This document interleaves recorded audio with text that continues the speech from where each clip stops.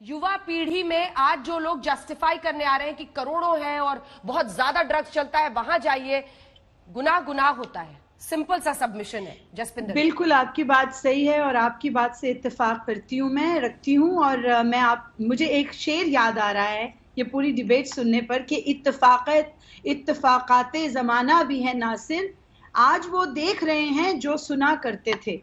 मैं इंडस्ट्री में पिछले 25 साल से कम हूँ और मैं कनाडा से आई थी।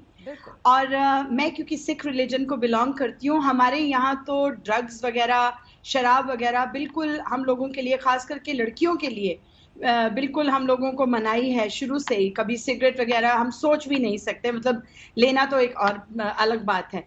तो मैं इतने दिन से सुनती रही हूँ, इतने सालों से सुनती रही हूँ, लेकिन जो पिछले कुछ सालों से जो मैं हालात देख रही हूँ, जब मैं पार्टीज पे जाती हूँ, मैं लोगों को देखती हूँ, ऑब्जर्व करती हूँ, और लोग इतने अलग बिहेव करते हैं, हाई होते हैं, वो बच्चों को मैं देख के डर जाती हूँ।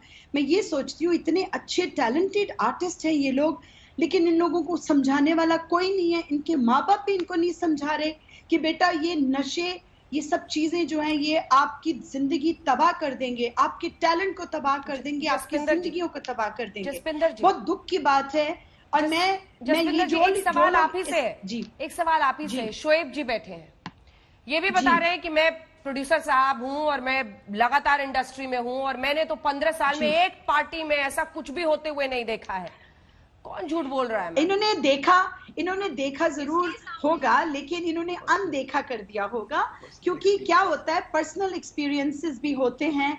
फिर उसके बाद ये होता है कि कई लोग उस शायद नजरिए से नहीं जाते, उस नजरिए से नहीं देखते, अपने मशगूल होते हैं अपनी चीजों में, और मिलकर सबको अपने जो भी आपका एजेंडा रहता है, आप जाते किस लिए जाते हैं आप पार्टी में, वो आप अपना करके आप घर वापस आ जाते हैं। You don't even want to get into that.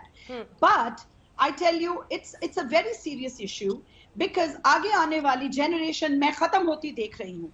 बहुत डर लगता है क्योंकि हमारी जनरेशन तक, जब तक हम लोग थे, मैंने कॉलेज किया है, पीएचडी किया है दिल्ली यूनिवर्सिटी से, मैंने वहां भी लोगों को सिगरेट पीते देखा था, मैंने पकड़ा भी था उनको, उनकी कंप्लेंट भी की थी कि देखो लड़कियां सिगरेट पी रही हैं। उस वक्त ये बड़ी मतलब ऐसी बात होती थी कि हम लोगों ने कभी देखा नहीं था, हमने कभी अपने घरों में ये सब देखा नहीं। तो कॉलेज में जाके मुझे बड़ा अजीब लगा कि लड़कियां सिगरेट पी रही हैं, और ये भी पता था कि नशे की सिगरेट होती है, उसमें कुछ नशा होता है।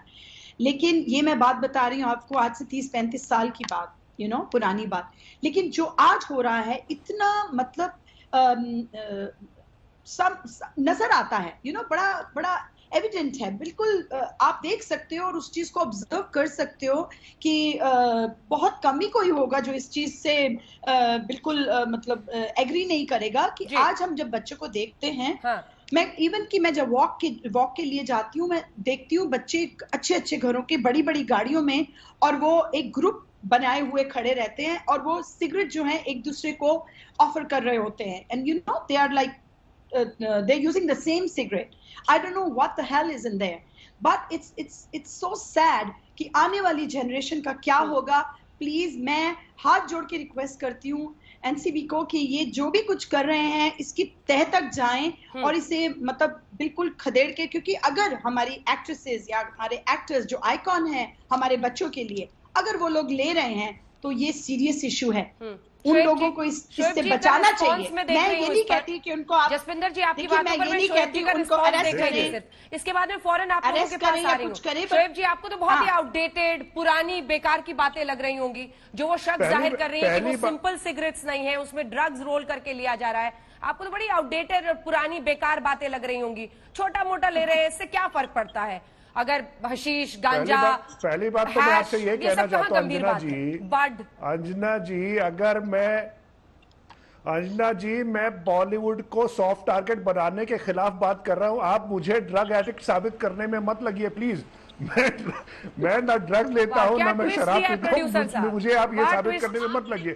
मैं सिर्फ ये कह रहा हूँ, मैं सिर्फ आपको ये कह रहा हूँ कि बॉलीवुड को सॉफ्ट टारगेट मत बनाइए प्लीज। प्रोड्यूसर साहब, मेरा सिर्फ ये कंसर्न है। 30,000 करोड़ का ड्रग बिजनेस इंडिया में है। आपको ड्रग एडिक्ट कह दिया इस शो पे? जिस तरह से प्रेजेंटेशन किया जा रहा है, जिस तरह से प्रेजेंटेशन किया जा रहा है ऐसा लगता है कि जैसे मैं ड्रग्स का सपोर्टर नहीं हूँ भाई। It is a crime, it is a crime, it is a crime and people should be brought to book. Akshara ji कुछ बोल रही है, फिर श्वेता जी आपके पास आ रही हूँ। अक्षरा, अगर आप सपोर्टर नहीं हैं सर तो आपको और सपोर्ट करना चाहिए ना। अगर हम लोग सब कोई मिलके आवाज उठा रहे हैं इसके खिलाफ, बिल्कुल, क्योंकि हमारी यूथ पर इस पर असर पड़ रहा है, तो आपको भी भरपूर साथ देना चाहिए। आवाज उठाने से क्या होने वाला है? एमसीबी को एक्शन लेना है, 30,000 करोड़ का ड्रग बिजनेस का स्मगलिंग को रोकना है। लेकिन कोर्ट को उनका डिसीजन लेने दो ना, एमसीबी को उनका डिसीजन लेने दो ना। आप कौन होते हो निर्णय लेने वाले? नमस्कार, मैं हूं अंजना ओम कश्यप। हमें उम्मीद है ये वीडियो आपको पसंद आया होगा। लेटेस्ट खबरों के लिए यूं ही देखते रहिए आज तक, और इस वीडियो के पसंद आने पर लाइक, शेयर एंड सब्सक्राइब करना ना भूलें।